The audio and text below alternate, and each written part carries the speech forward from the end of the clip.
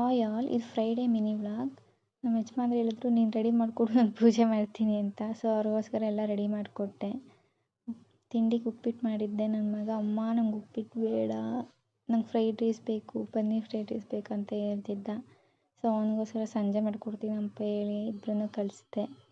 ಅವ್ರು ಹೋದ್ಮೇಲೆ ಮತ್ತೆ ನನ್ನ ಚಿಕ್ಕ ಮಗ ಇದ್ದಾನೆ, ಅವನಿಗೋಸ್ಕರ ಸರಿ ಮಾಡಿ ಅವನಿಗೂ ತಿನ್ನಿಸಿ ಅವನ್ನ ಫ್ರೆಶ್ ಅಪ್ ಮಾಡಿ ಮಲಗಿಸ್ದೆ. ಅವನು ಅಳ್ತಾ ಇದ್ದ ನಾನು ಮಲಗಲ್ಲ ಅಂತ, ಆದರೂ ಹೆಂಗೋ ಬಲವಂತ ಮಾಡಿ ಮಲಗಿಸಿದ್ದೀನಿ. ಸೊ ಅವ್ನು ಮಲ್ಕೊಂಡಿದ್ಮೇಲೆ ನಾನು ಫೇಸ್ ಪ್ಯಾಕ್ ಹಾಕ್ಕೊಳ್ಳೋಣ ಅಂತ ಸ್ವಲ್ಪ ಕಡಲೆ ಹಿಟ್ಟು, ಅಕ್ಕಿ ಹಿಟ್ಟು ಮತ್ತು ಸ್ವಲ್ಪ ನಿಂಬೆಹಣ್ಣು ಜ್ಯೂಸು ಮತ್ತು ಸೌತೆಕಾಯಿ ಜ್ಯೂಸ್ ಹಾಕ್ಕೊಂಡು ಫೇಸ್ ಪ್ಯಾಕ್ ಹಾಕ್ಕೊಂಡೆ.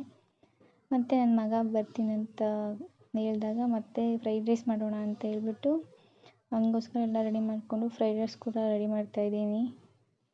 ಬಂದು ಕೇಳ್ತಾನೆ ಅವನು, ಅಮ್ಮ ಎಲ್ಲಿ ಅಂತ. ಸೊ ಅದಕ್ಕೋಸ್ಕರ ಎಲ್ಲ ರೆಡಿ ಮಾಡ್ಕೊತಾ ಇದ್ದೀನಿ.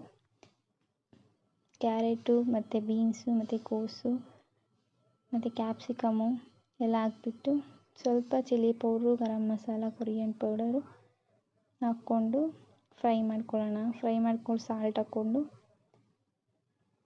ಪನ್ನೀರ್ ಹಾಕ್ಕೊಂಡು ರೆಡಿ ಮಾಡಿಕೊಟ್ಟೆ. ಬಂದ ತಕ್ಷಣ ತಿಂದ್ಬಿಟ್ಟು ಅಮ್ಮ ಸೂಪರಾಗಿದೆ ಅಂತ ಹೇಳ್ದ. ಮತ್ತು ಸ್ವಲ್ಪ ಹೊತ್ತು ಅಮ್ಮ ಜೊತೆ ಆಟ